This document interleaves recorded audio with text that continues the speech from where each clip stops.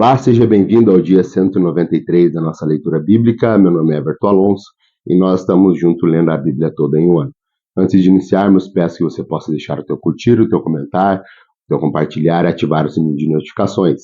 Hoje nós faremos a leitura de Josué no capítulo 16 e 17, iremos a Salmo 148, iremos ao profeta Jeremias no capítulo 8, finalizando a leitura de hoje, iremos ao Evangelho de Mateus no capítulo 22. Aqui em Josué, no capítulo 16 e também 17, nós vamos ler sobre as terras das tribos de Efraim e também de Manassés, a herança de Efraim e a herança de Manassés. Vamos a essa leitura? Josué, capítulo 16. As terras distribuídas aos descendentes de José iam desde o Jordão, perto de Jericó, ao leste das águas de Jericó, e dali subiam pelo deserto até a serra que vai de Jericó a Betel. De Betel, que já é de Luz, iam para o território dos Arquitas, em Atarote, e desciam para o oeste até o território dos Jafletitas, chegando à região de Bet-Horon Baixa, e prosseguiam até Gezer, terminando no mar. Assim os descendentes de Manassés e Efraim, filho de José, receberam a sua herança. Este era o território de Efraim, clã por clã. A fronteira da herança ia de Atarote Adar a leste de Bet-Horon Alta e prosseguia até o mar.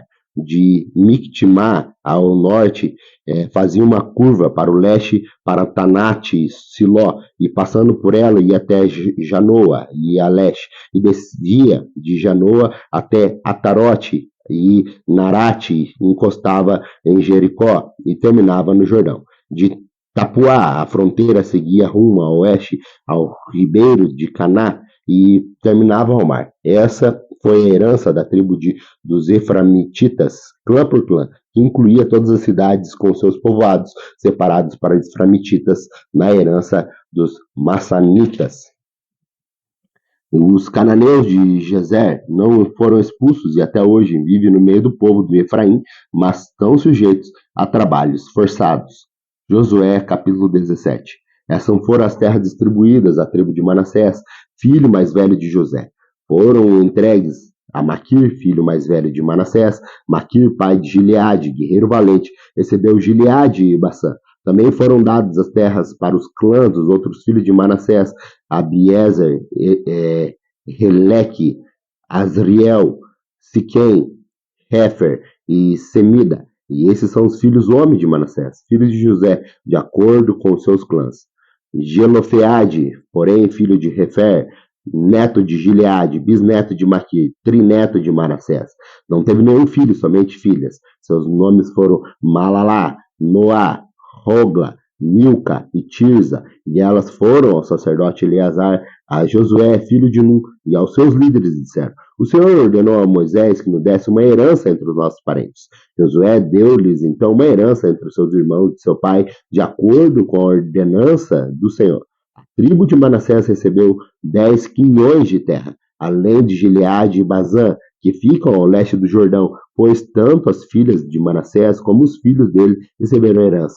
A terra de Gileade ficou para os outros descendentes de Manassés. O território de Manassés estendia-se desde o Azer até Mictimá, a leste de Siquém. A fronteira ia dali para o sul, chegando até o povo que vivia em Tapuá. As terras de Tapuá eram de Manassés, mas a cidade de Tapuá, na fronteira de Manassés, pertencia aos Eframititas. Depois a fronteira descia até o ribeiro de Canã, e de Caná, ao sul do ribeiro, havia cidades pertencentes a Efraim, que ficavam em meio à cidade de Manassés, mas a fronteira de Manassés ficava ao norte do ribeiro e terminava no mar. Do lado sul, a terra pertencia a Efraim, do lado norte a Manassés. O território de Manassés chegava até o mar e alcançava o Azer no norte e Isacar ao leste. Em Isacar e Aser, Manassés tinha também Bet-Sean, Ibeleã e as populações do Dor, Endor, Tanak e Megido, com seus respectivos povoados. A terceira da lista, isto é, Dor, é Nafote, Mas os manassitas não conseguiram expulsar os habitantes dessa cidade, pois os cananeus estavam decididos a viver naquela região. Entretanto, quando os israelitas se fortaleceram, submeteram os cananeus a trabalhos forçados, mas não expulsaram totalmente. Os descendentes de José disseram-lhe a Josué: por que nos deste aquele quinhão uma só porção de herança? Mas somos um povo numeroso e o Senhor nos tem abençoado ricamente. Respondeu Josué: se vocês são tão numerosos e montes de Efraim têm pouco espaço para vocês, subam e entrem nas florestas e limpem os terrenos para vocês na terra dos fariseus e dos refaíns. Os descendentes de José responderam: e os montes não são suficientes para nós. Além disso, todos os cananeus que vivem na planície possuem carros de ferro, tanto os que vivem em Bet-Sean e seus povoados, como os que vivem em Jerezeel. Josué, porém, disse à tribo de José, Efraim e Manassés: vocês são numerosos e poderosos. Vocês não terão apenas um quinhão. Os montes cobertos de floresta serão de vocês. Limpe o terreno e será de vocês, até os limites mais distantes. Embora os cananeus possuam carros de ferro e sejam fortes, e vocês poderão expulsá-los.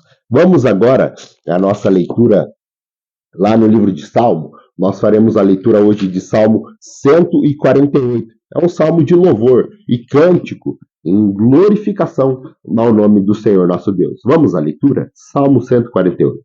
Aleluia! Louvem o Senhor desde o céu, louvem nas alturas, louvem-nos todos os anjos, louvem todos os seus exércitos celestiais, louvem-no o sol e a lua, louvem-no todas as estrelas cintilantes, louvem-no os mais altos céus e as águas acima do firmamento, louvem todos eles o nome do Senhor, pois ordenou e eles foram criados, ele estabeleceu seus lugares para todo sempre, deu-lhe um decreto que jamais mudará. Louve o Senhor, vocês que estão na terra, serpentes marinhas e todas as profundezas, relâmpagos e granizos, neves e neblinas, vendavais que cumprem o que ele determina, todas as montanhas e colinas, árvores frutíferas e todos os cedros, todos os animais selvagens e rebanhos domésticos, todos os demais seres vivos e as aves, reis da terra e todas as nações, todos os governantes e juízes da terra, moços e moças, velhos e crianças, louvem todos o nome do Senhor, pois somente o seu nome é exaltado, e a sua majestade está acima da terra e dos céus.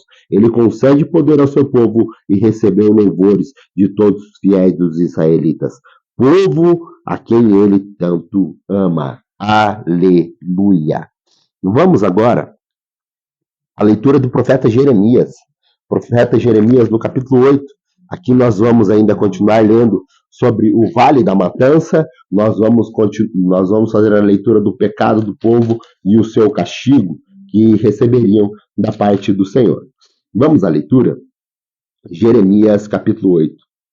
Naquele tempo, declara o Senhor, os ossos dos reis e dos líderes de Judá, os ossos do sacerdote e dos profetas e os ossos do povo de Jerusalém serão retirados dos seus túmulos, serão expostos ao sol e à lua e todos os astros do céu, em que eles amaram, as quais prestaram culto e os quais seguiram, consultando e adorando. Não serão ajuntados nem enterrados, e antes se tornarão estencos sobre o solo.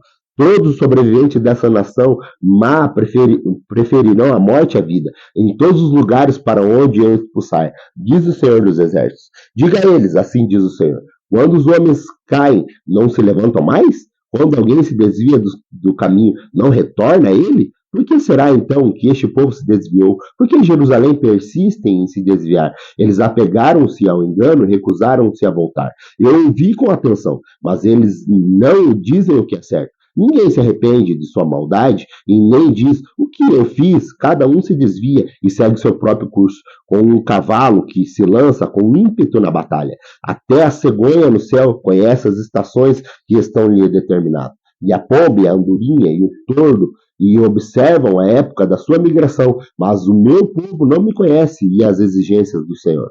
Como vocês podem dizer, somos sábios, pois tem uma lei do Senhor, quando a verdade e a pena mentirosa dos escribas a transformou em mentira? Os sábios são envergonhados, ficarão amedrontados e serão pegos na armadilha. Visto que rejeitaram a palavra do Senhor, que sabedoria é essa que eles têm? Por isso eu entregarei as mulheres e aos homens, e darei os seus campos aos outros, proprietários, desde o menor até o maior. Todos são gananciosos, tanto o sacerdote como os profetas. Todos praticam a falsidade. Eles tratam da ferida do meu povo como se ela não fosse grave. Paz, paz, dizem eles. Quando não há paz alguma, ficam eles envergonhados da sua conduta detestável? Não, eles não sentem vergonha, nem mesmo sabem corar. Portanto, cairão entre os que caem e serão humilhados quando eu castigar. Eu quis recolher a colheita deles, declara o Senhor, mas não há uva nas videiras, nem figo nas figueiras, e as folhas estão secas. O que dei para eles será tomado deles. Por que estamos sentados aqui? Reúnam-se, fujamos para as cidades fortificadas e pereçamos ali, pois o Senhor, nosso Deus, condenou-os a perecer e nos deu água envenenada para beber, porque temos pecado contra ele. Esperávamos a paz, mas não veio bem algum. Esperávamos um tempo de cura, mas não há somente terror. O refolegar dos seus cavalos pode-se ouvir desde Dan. Ao relinchar dos seus garanhões, a terra toda treme. Vieram para devorar essa terra e tudo que nela existe, a cidade e todos os que nela habitam. Vejam, estou enviando contra vocês serpentes venenosas, de que ninguém consegue encantar. Elas morderão vocês e não haverá remédio, diz o Senhor. A tristeza tomou conta de mim e o meu coração desfalece. Ouça o grito de socorro da minha filha, do meu povo, o grito que se estende por toda a terra. O Senhor não está em Sião? Não se acha ali o seu rei? Porque eles me provocam a ira com os seus ídolos, com os seus inúteis deuses estrangeiros? Passou a época da colheita, acabou o verão e não estamos salvos. Estou arrasado com a devastação sofrida pelo meu povo. Choro muito e ao pavor se apodera de mim. Não há bálsamo em Gileade? Não há remédio? Por que será? Então, que não há sinal de cura para a ferida do meu povo? Vamos agora para a nossa última leitura do dia de hoje. Está lá no Evangelho de Mateus, no capítulo 22, onde aqui Jesus ele fala da parábola do banquete de casamento. Ele também fala do pagamento de imposto ao César. Ele também fala da realidade da sua ressurreição. Ele também fala do maior mandamento. E ele fala que o Cristo é o Senhor sobre Davi. Vamos à leitura? Mateus capítulo 22. Jesus lhe falou novamente por parábolas, dizendo: o reino dos céus é como um rei que preparou um banquete de casamento para o seu filho. Enviou seus servos, aos quais tinham sido convidados para o banquete, dizendo-lhe que viessem, mas eles não quiseram vir. De novo enviou outros servos e disseram: digam aos que foram convidados que eu preparei um banquete. Meus bois e meus novilhos foram gordos, abatidos e tudo preparado. Venham para o banquete de casamento. Mas eles não lhe deram atenção e saíram, um para o seu campo, outro para os seus negócios, o restante agarrando seus servos, maltratando-nos e matando. O rei ficou irado e, enviando o seu exército, destruiu aqueles assassinos e queimou a cidade deles. Então disse aos seus servos: o banquete de casamento está pronto, mas os convidados não eram dignos. Vá às esquinas e convide para o banquete todos que se encontrarem. Então os servos saíram pelas ruas e reuniram todas as pessoas que puderam encontrar. Gente boa, gente má. A sala do banquete de casamento ficou cheia de convidados. Mas, quando o rei entrou para ver os convidados, notou ali um homem que não estava usando veste nupcial. Ele perguntou: amigo, como você entrou aqui sem veste nupcial? O homem emudeceu. Então o rei disse aos que serviam: amarre-lhes as mãos e os pés e lance-nos para fora, para as trevas, e ali haverá choro e ranger de dentes. Pois muitos são chamados, mas poucos são escolhidos. Então os fariseus saíram e começaram a planejar o meio de enredá-lo.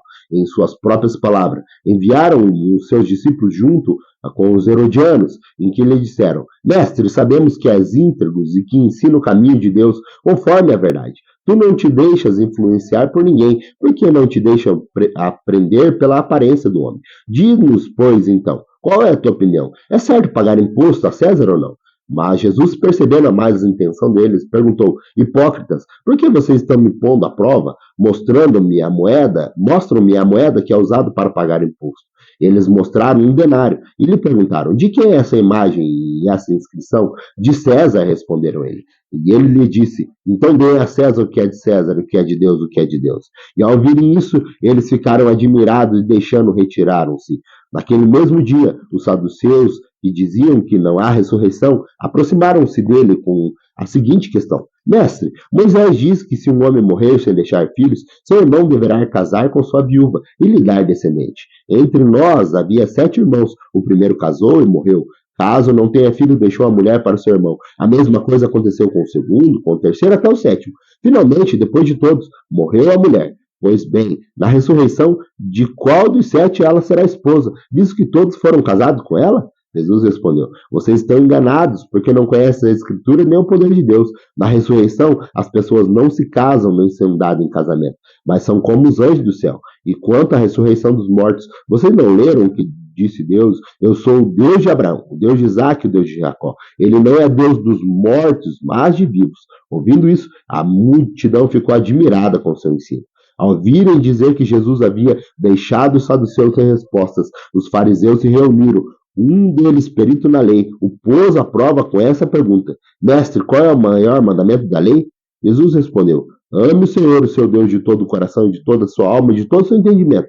Este é o primeiro e maior mandamento. E o segundo é semelhante a este: ame o seu próximo como a si mesmo. Destes 2 mandamentos dependem toda a lei e os profetas.